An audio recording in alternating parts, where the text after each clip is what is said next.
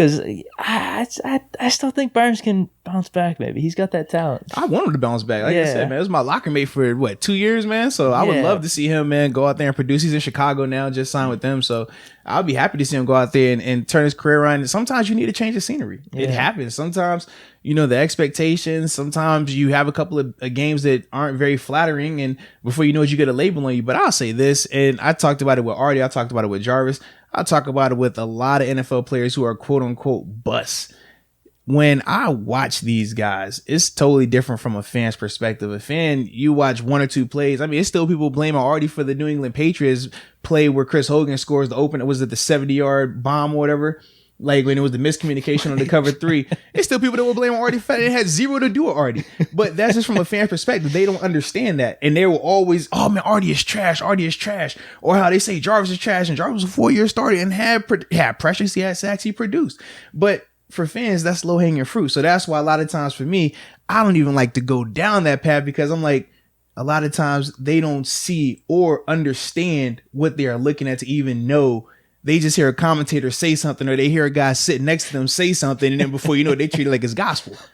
I mean, anybody that's ran cover 3 understands who was at fault. And it was 100% not Artie Burns. But that's for another day. Well, it's funny because he did get some PT in that Chargers game. I remember us talking about it. And I thought he played well. But then you were telling me that people were chirping about him getting burned and stuff. I was like, I didn't see that at all.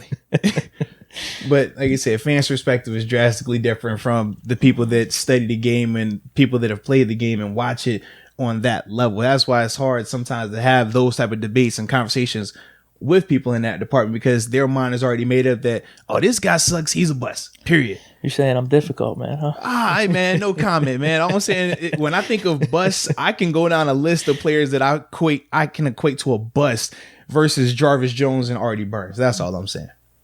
Well, that's pretty good for the Steelers then, because we had them as our bottom 2 on our first round pick. Yeah, absolutely. If you're not considering them like bust, you know what I mean? Like, for example, if I would say a bust, would I compare whatever they have, a Jarvis Jones or Aaron Maven? Aaron Maven is a top 10 pick. Exactly. You see the difference? Well, he definitely got drafted by Buffalo. I don't really know exactly what went on up there, but he did disappear. He had, I think 1 career sack in Buffalo, if that, in 3 seasons there. And then they released him after that. You see what I mean? Like, it's a bigger difference when we're talking a bust versus a guy that didn't live up to expectations. When I think of Jarvis and Artie, I think guys who didn't live up to expectation. And people just say, well, they're busting. That's not my definition of bust. A bust is a guy who comes as a first rounder. And number 1, he doesn't even finish his contract. If you're a first round pick, you're not getting 4 years out of him. Something's wrong. But then when you add to the fact, okay, let's look at productivity. Well, for the people that point to the lack of sacks from Jarvis, I point to the pressures. I point to the interceptions. I point to the forced fumbles. I point to that element of it. I point to the tackles. I point to the fact that he was a 4-year starter. That's what I point to. To me, that's not a bust. And I think that's where people differ. Because that's the case. If we're calling that a bust, then it's a ton more busts in this league that we can really point to. Jamarcus Russell. That's all I'm saying, man.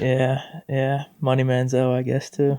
Oh, no. People don't like to say that, though. No, I actually... Yeah, people don't like that. I was thinking about doing a whole segment on my own about a look back on Brandon Manziel's Whedon. Career and just to see if it was as bad as what people think. Yeah, it's just a little different. That's what I'm saying, man. What I remember, it wasn't that bad.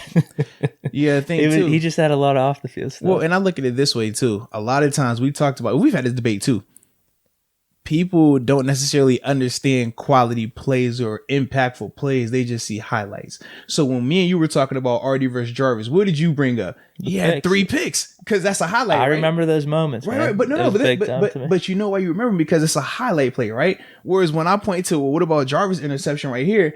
Oh, it wasn't as glamorous because you don't remember really that at all. Exactly. And then you look at it, and he had, I think it was 2 or 3 picks while being a Steeler.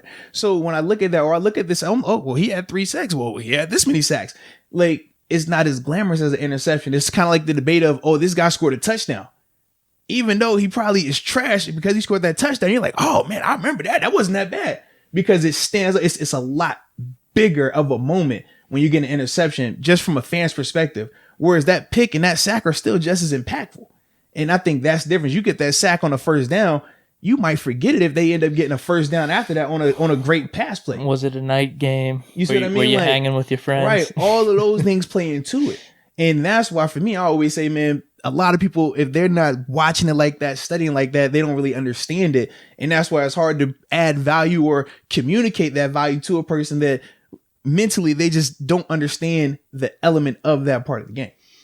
100%, man. I'm glad you broke it down like that. That's all I love, baby. That's what we do, man. I think those Burns picks, and I remember Sean Davis coming in with him too. They were like good game, like decent games, like important games from what I remember. I mean, it's still people that say Terrell Evans is a bust right now. Think about that. People that say that. I guess the verdict's still out, but I think he's already past the bust. Oh frame. no! Like, there's people saying that he's a bust. Like, no, I'm definitely with you. I mean, what do you have, over 100 tackles last year? Yeah. I don't see anything wrong with him. I'm just saying that's. I think he's still got some potential. When we talk the general fan base and how they view Terrell Edmonds, though, they will talk, man, that's the trashiest player out there. Well, I think it was a good point you bringing up Maben, because, and then looking at our first round draft picks over the past 10 years, if we're not going to go that far and to say like, wow, these are major busts, that's how good we've done in the draft. Yeah, because I'm sure even EJ Manuel, that's another debate. He was a top 15 quarterback by the Buffalo Bills. You see how his career ended up playing out up there. And like I said, EJ, man, it's a good friend of mine as well. But you could just see the difference in terms of what I equate to a guy that's a bust versus a guy that still was good, just didn't live up to the expectation. And I said, man, if Jarvis, or even we talked about Bud, right? We up until last year, people were saying Bud was a bust. Yeah. And we said, man, if Bud is a second or third round player, it's a totally different conversation. Mm-hmm. Just because you're not living up to the expectation, that does not equate to a bust. A bust is, like I said, a guy made, first off, not finishing out his contract as a rookie, nor is he being productive in any way, shape, or form. It's the difference between no productivity and not living up to the expectations that we put on that player. And that's why I think the biggest difference from a bust in my book is.